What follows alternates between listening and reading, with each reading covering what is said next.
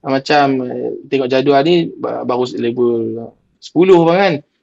Yang tu kita panggil dia, kita nak reschedule balik. Elemen-elemen reschedule ni ada 3 elemen. Kita nak reschedule ni. Predecessor, successor, duration. Predecessor, successor, duration. 3 elemen ni nak menentukan berapa banyak critical path, berapa banyak non-critical. Tak tak? Ni elemen-elemen dia ni. Tak macam cost tu berdasarkan kepada profit margin kita. Kita nak tengok dia punya cash flow tu. Kalau tak ada cash flow, macam mana kita nak tahu profit margin? Mana ada orang kata, masuk dululah. Nanti ujung-ujung kita kira. Mana boleh macam tu? Tak boleh. Tak boleh. Kalau masuk-masuk tiba-tiba, bad luck, dia no rugi. Boleh duk makan bulan-bulan, lah kali nak minta sedekah kan. Dekat apa ni? Dekat masjid Jamik kan. Jangan main. Jangan main bang. Kontraktor ni cerita bang. Tak kena gaya. Rapat. Kerja duk bayar hutang lah. Jangan main. Tapi kalau dia terperinci, kan dia ada team, dia ada benda-benda yang gadget-gadget ni lah. Benda-benda ni. Benda gadget. Dulu lain abang. Dulu gadget-gadget ni tak perlu pun. Sebab apa? Tak ada kompetitif. Tak ada kontrak. Kontrak duration period tak ada. Sekarang ni kompetitif. Harga tu kadang-kadang harga kira nyawa tak lepas. Betul bang? Bid harga. Tu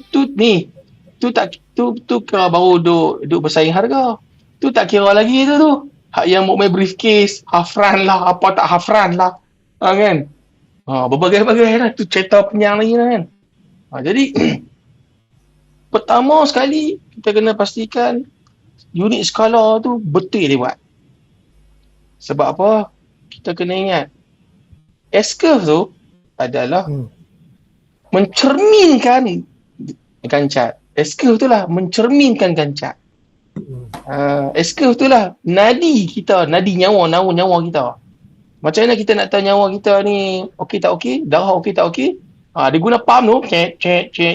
Mana kita boleh pergi duk korek saluran darah pergi ambil check lah, mati je lah bang, darah terbit lah. Dia ada alat calibrate. Alat calibrate dia tu hak yang pump tu lah, cek. Darah tuan yang atas ni okey stable. Hak ni jantung, hak ni ada tiga bacaan kan, reading kan. Kalau 100 lebih ni bacaan 100 apa? 140 kan. 130 ni tu kan bacaan kan. Ni okey normal. Kalau main 180 ke 200, ni teruk ni darah tinggi teruk ni. Kan. Dia itu calibration dia. Kan. Kena first apa-apa kena pasti tu. Kan. Okey, second ni apa yang abang kena buat sekarang ni adalah kita nak tengok sequence of work tu.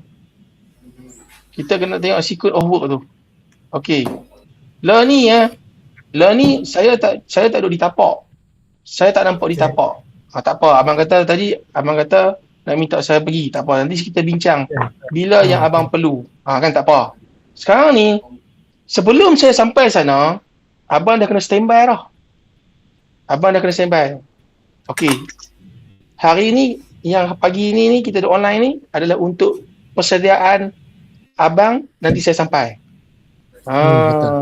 Tak. Kalau lagi lama di sana, model pun model besar kan. Itulah kan. Memanglah. Cara online ni banyak